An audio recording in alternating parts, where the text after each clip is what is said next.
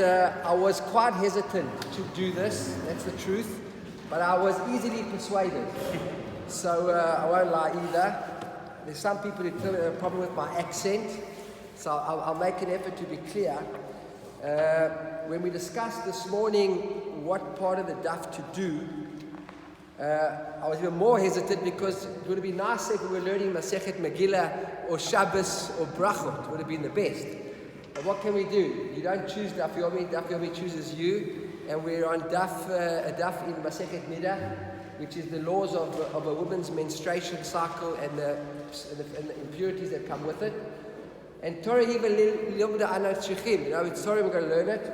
So actually, while our parents was talking, originally I thought we'd just take a small extract out of the daf which had nothing to do with Nida. But I'm going to apologize in advance, I can't help myself. And we'll take a whole sugya which is actually discusses Nida, we'll deal with it and you'll get a little taste of what everybody goes through on a daily basis. Okay, so on this book over here, if you want to follow in the English, we're on page 149. Page 149. On the left-hand side of the page, looking at 149 at the bottom, Amar Rabbi Yehuda, Amar Shmuel, my time at Rabbi Meir. So just one little word of background. On the previous daf, can you hear me? I'm shouting. On yesterday's daf, we're going to start on 149 at the bottom, Amar Rabbi Yehuda, Amar Shmuel, my time at Rabbi Meir. Rabbi Yehuda says that Shmuel says, what is the reason for the opinion of Rabbi Meir? So I'm just going back 1 second. In yesterday's daf, in the Mishnah, we're discussing now, and Stu will maybe explain in a second, but there are features when a woman has a child starts being developed, so it goes through different stages. This is what he explained to me. You're a doctor? Okay, I thought so, right? So now, the fetus, as it develops, goes through different stages and takes on different shapes. And some of those shapes resemble fish or animals, not necessarily human-like. So now if a woman miscarries at a different stage in her pregnancy, the fetus could resemble different types of creatures. It's a person, but at the stage in the development, it could be something different. The question we're asking ourselves is, if this woman has a miscarriage, so from a halachic point of view, it's treated as a birth. And all the laws of birth in the time of the temple with the sacrifices, etc. apply. So now, is this a fetus and there was a birth? Or isn't it a fetus and it's just something that she's passing through her body and the laws of birth wouldn't apply and she wouldn't have to bring a sacrifice, all the laws of purity and impurity wouldn't apply, etc. So in the Mishnah says that if she miscarries something which looks the time like some sort of animal type of feature, like a bird or a creature, etc. So if it's a male with male organs, so then there are different laws that apply. If it's a female, there are different laws in terms of the times of the purity. I won't go into all those details. So that is the Mishnah that the Gemara is speaking about. Now we get to our Mishnah over here, our Gemara. So now at the bottom of the Gemara here, the Gemara will refer to the Mishnah. So the Gemara says, just find my place, please. Yeah, but I'm using a different Gemara. Give me off a second.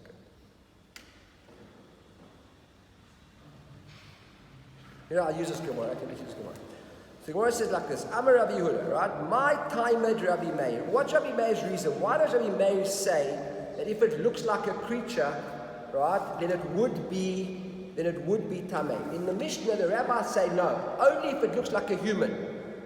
So the Gemara's question is, why does Rabbi Meir say that even if it looks like a creature, it would be? So he says an interesting thing. You all know we say davening every morning.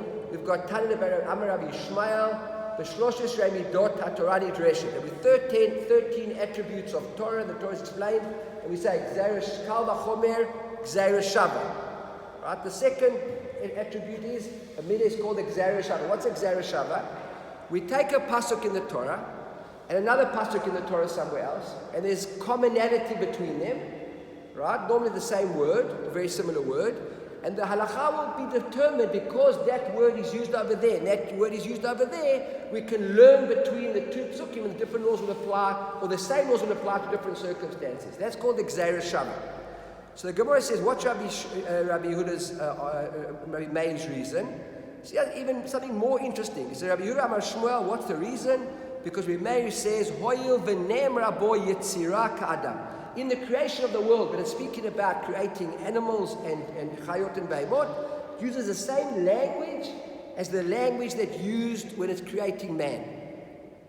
So because that man is a creation and the animal is a creation, so therefore, right, the word yitzira, vayitzar, right, it says vayitzar adam, that word man is created and animals are created, so therefore there's a commonality between the two of them, and it goes on.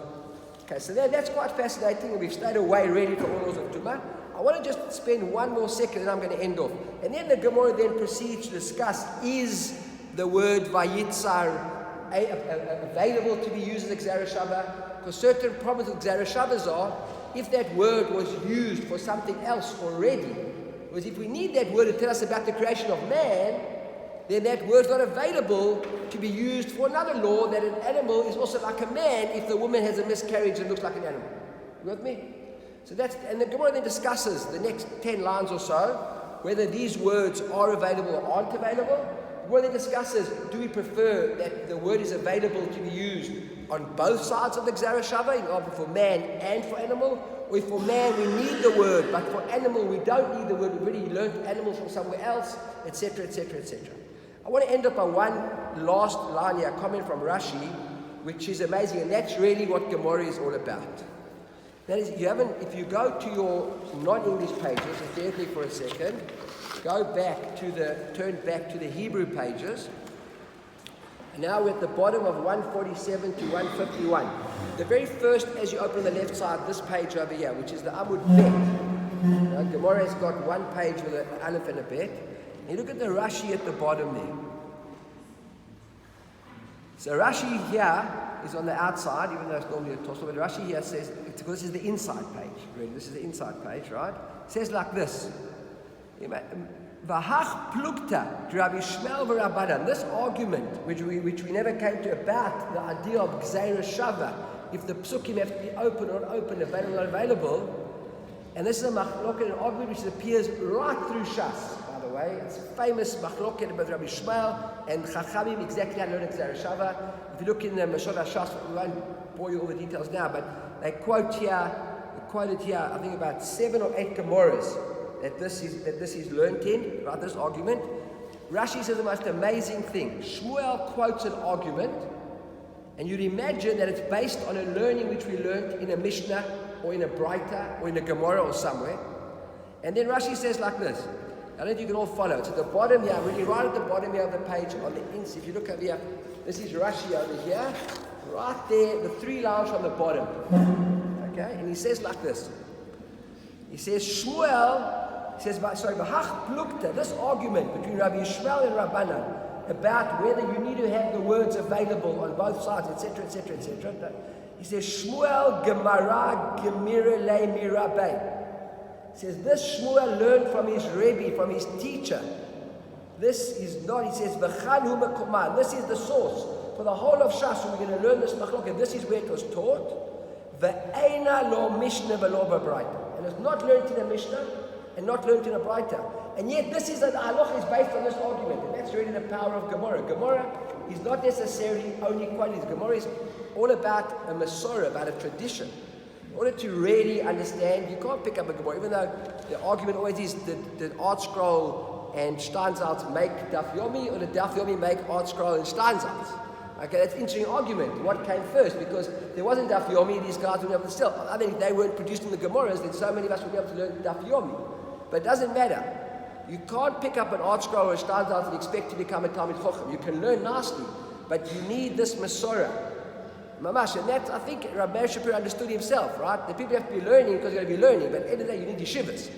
It's no good having Daf Yomi if you haven't got a yeshiva. So you can have Daf Yomi around the world with hundreds of thousands of people learning, but you've got to have yeshivot like this, because that is what it is, at the end of the day it's about. The halacha comes from Shmuel, who tells us a Masorah that he learned from his teachers, not learned. You won't come across that in any Mishnah. You have to have a combination of a proper, deep, rich Masorah and obviously an exposure to the whole of the Gemara. Understand what's going on? Shkoach, we've got a little bit of what we're doing down here.